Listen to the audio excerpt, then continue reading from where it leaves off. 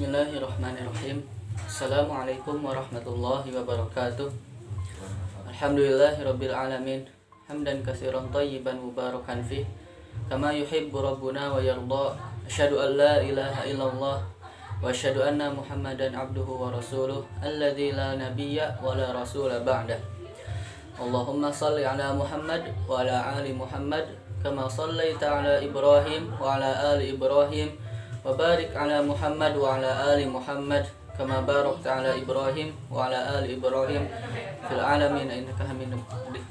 alamin innaka Hamidum Majid. Amma ba'd. Alhamdulillahirabbil alamin. Segala puji bagi Allah, Tuhan semesta alam. Kita panjatkan kalimat syukur kepada Allah Subhanahu wa taala, Rabb kita semua, Rabb dari seluruh makhluk yang ada di muka bumi ini. Yang karena nikmat-nikmatnya, yang karena karunia-karunianya, yang karena kasih sayangnya Allah kepada kita selaku hamba-hambanya, kita masih bisa melaksanakan ibadah di tengah kondisi yang sedang tidak di dalam kondisi yang sekarang ini ada wabah virus corona COVID-19. Alhamdulillah, jangan sampai karena wabah ini, karena wabah virus ini, ibadah-ibadah kita kepada Allah Subhanahu wa taala terhentikan. Justru karena wabah ini, karena ujian ini, seharusnya kita selaku hamba-hambanya yang beriman tetap melaksanakan ibadahnya secara konsisten, secara istiqomah, bahkan mungkin harus lebih ditingkatkan, harus lebih giat.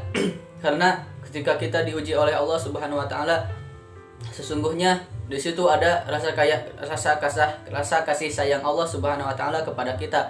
Ketika Allah menguji hambanya, dengan rasa takut, kehilangan seseorang, ataupun diuji dengan kelaparan, kehilangan harta benda, justru di dalamnya kita harus banyak beristighfar, berhusnudzon, karena di dalam ujian itu sesungguhnya Allah bukan berniat sesuatu yang buruk kepada kita. Allah tahu yang terbaik bagi kita. Maka ketika kita diuji kepada Allah oleh Allah Subhanahu wa taala, kita harus lebih taqarrub ilallah, kita harus lebih dekat, kita harus lebih banyak melaksanakan ketaatan kepadanya. Salawat serta salam mari kita limpah curahkan kepada Nabi kita, Rasul kita, suri tauladan kita, Habibana wa Nabiyana Muhammad sallallahu alaihi wasallam. Pada kesempatan kali ini saya berbicara di hadapan anda, di hadapan antum sekalian, bukan berarti saya sudah lebih baik, tetapi saya di sini juga sama, masih bahkan mungkin lebih rendah dari antum yang menonton sekalian. Tetapi saya berbicara seperti ini di depan hanya untuk melaksanakan kewajiban kita selaku orang-orang yang beriman, dan juga agar kita tidak menjadi orang-orang yang merugi di dalam waktu-waktu. Apa itu kewajibannya? Adalah watawasau bil haq watawasau bis sabr, bernasihat dalam kebenaran dan kesabaran. Seorang imam pernah berkata, Imam Hasan al-Basri tepatnya, beliau berkata, inna min jazail hasanah al-hasanatu ba'daha wa inna min jazais sayyi'ah as-sayyi'atu ba'daha. Yang artinya, beliau berkata bahwasanya sesungguhnya balasan dari kebaikan-kebaikan yang kita laksanakan, kebaikan-kebaikan, amalan-amalan soleh yang kita laksanakan balasannya adalah kebaikan-kebaikan, amalan-amalan soleh yang selanjutnya, yang terus menerus. Wa inna min jazais sayyi'ah, dan sesungguhnya balasan dari keburukan juga adalah as-sayyi'atu ba'daha, keburukan yang selanjutnya.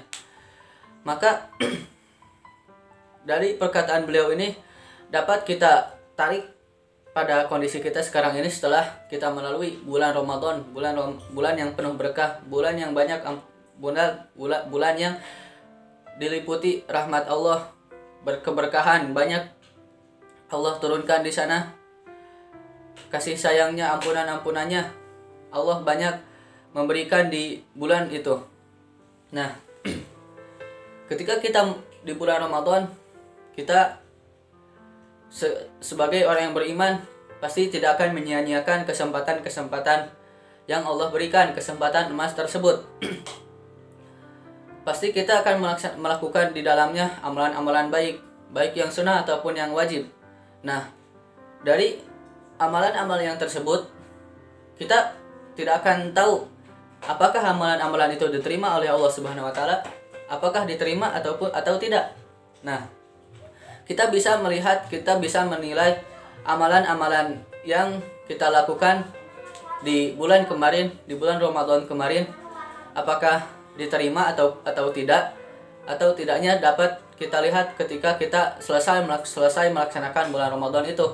Ketika kita di sana banyak melaksanakan atau sudah bahkan wajib melaksanakan saum di dalam bulan Ramadan itu. Nah, jika amalan saum itu diterima oleh Allah Subhanahu wa taala, maka pastinya di bulan-bulan selanjutnya, hari-hari selanjutnya, minggu-minggu selanjutnya, Allah akan memudahkan orang tersebut dalam melaksanakan kebaikan. Karena sebagaimana yang Imam Hasan Al-Basri katakan tadi, inna min jazail hasanah al-hasanatu ba'daha. Kebaikan yang seseorang lakukan, balasan dari kebaikan yang seseorang lakukan adalah kebaikan-kebaikan seterusnya, kebaikan-kebaikan yang telah ia lakukan tadi. Nah, kita dapat periksa amalan saum kita itu diterima atau tidak di bulan sekarang, di bulan selanjutnya, di hari-hari berikutnya. Apakah kita apakah kita mudah dalam melaksanakan saum sunnah, baik saum Senin Kamis ataupun saum Daud ataupun saum 6 hari di bulan Syawal sekarang. Perlu kita introspeksi diri kita. Nah, lalu ketika kita di bulan Ramadan banyak melaksanakan qiyamul lail ataupun tahajud di sepertiga malam, kita dapat menilai amalan itu diterima ataupun tidak di bulan selanjutnya. Apakah kita konsisten, apakah kita mudah, apakah kita istiqomah dalam melaksanakan sholat tahajud, sholat qiyamul lail di hari-hari selanjutnya, di bulan-bulan selanjutnya. Jika iya, maka insya Allah Allah menerima amalan-amalan kita yang terlalu dan dibalas dengan kebaikan-kebaikan dengan amalan sholat tahajud yang kita bisa istiqomah dalam melaksanakannya. Tetapi jika kita tidak sulit ataupun sulit melaksanakan sholat itu, sholat tahajud ataupun sholat qiyamul lail, maka ada kemungkinan Allah tidak menerima amalan-amalan kita yang telah lalu. Ini pun perlu kita introspeksi bersama. Lalu banyak amalan-amalan yang disunahkan ataupun yang diwajibkan di bulan Ramadan, sedekahkah ataupun berzikirkah ataupun bersolawat atau bersilaturahmi. Nah, jika amalan-amalan tersebut diterima oleh Allah Subhanahu wa taala, maka amalan-amalan itu akan dapat dilaksanakan dengan mudah, akan dapat dilaksanakan dengan bantuan Allah, dengan hidayah dan taufiknya, dapat kita istiqomahkan di hari-hari berikutnya. Nah, maka bagaimana cara agar ibadah-ibadah yang kita laksanakan itu dapat Allah terima? Jawabannya adalah syukur. Karena kenapa? Allah Subhanahu wa taala berfirman di surat Ibrahim ayat ke-7, la in syakartum la azidannakum wa la in kafartum inna azabi lasyadid. Jika kamu bersyukur atas nikmat-nikmatku, maka aku akan tambah, maka Allah akan menambah nikmat-nikmat yang telah Allah berikan. Tetapi jika kamu kufur, akan memberikan azab kepada orang yang kufur atas nikmat-nikmatnya. Nah, apa hubungannya syukur dengan diterimanya ibadah atau amalan-amalan soleh?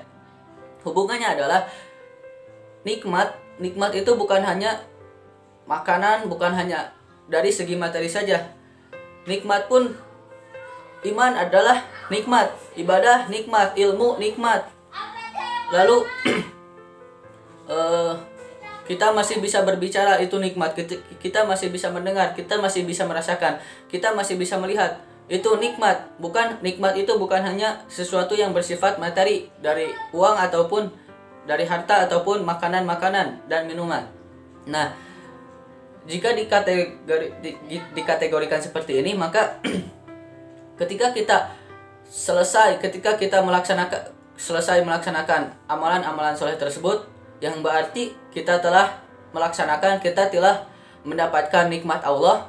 Jika kita bersyukur setelahnya dengan cara berzikir atau dengan cara melaksanakan ibadah-ibadah yang lain setelahnya, maka Allah akan menambahkan nikmat-nikmatnya. Dengan kata lain, Allah akan menambahkan amalan-amalan yang lainnya, ibadah-ibadah yang lainnya. Tetapi jika kita kufur, kita tidak mensyukuri nikmat itu, kita tidak mensyukuri ibadah itu, tidak melaksanakan ibadah-ibadah yang lainnya, maka wala in kafartum inna azabi lasyadid, sesungguhnya Allah akan memberikan kita azab yang keras.